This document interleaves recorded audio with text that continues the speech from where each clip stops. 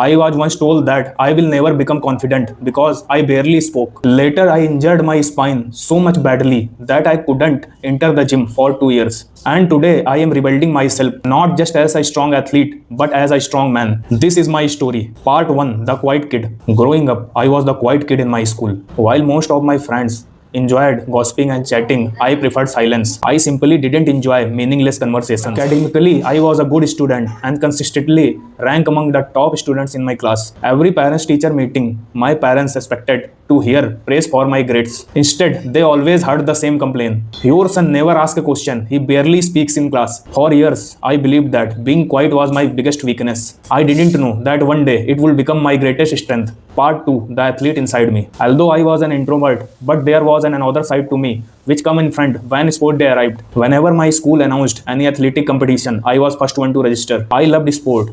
I won several medals in 100-meter sprint, long jump, and other athletic events. The shy boy sitting quietly in the class completely disappeared when I step on the track. At that time, I believed that sport will be always part of my life. I had no idea how quickly everything will change. Part 3: Failure.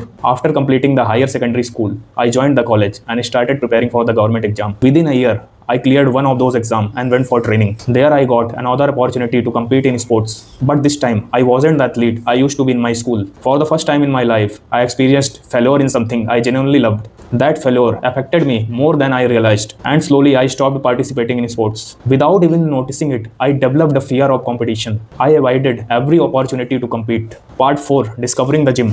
Around that time, I discovered the gym. For an introvert like me, the gym felt like a home. There was no unnecessary conversation, no pressure to impress anyone, just me, barbell, and chance to become stronger every day.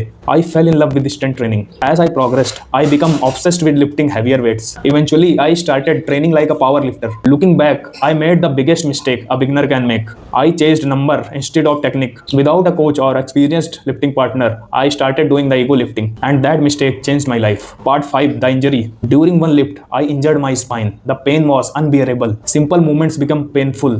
Getting out of a bed felt like a workout. Even walking around the house became difficult for me. For almost 2 years, I couldn't step inside the gym. Those were the darkest years of my life.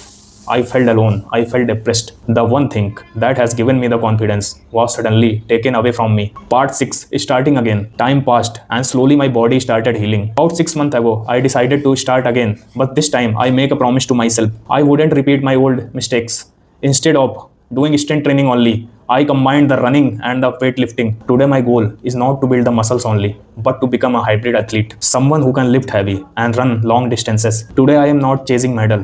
I am not trying to impress anyone. I am simply trying to become better version of myself every single day. My goals for 2026 are simple. Deadlift 160 kg, bench press 100 kg, and squats 125 kg. Complete my first half marathon, run 5 kilometers under 30 minutes, and meditate 30 minutes every day, and documenting this journey by creating 25 YouTube videos in this time period. And if you are rebuilding your life after failure, injury, or heartbreak, I hope you will join me on this journey. The strongest version of ourselves is still waiting to be built.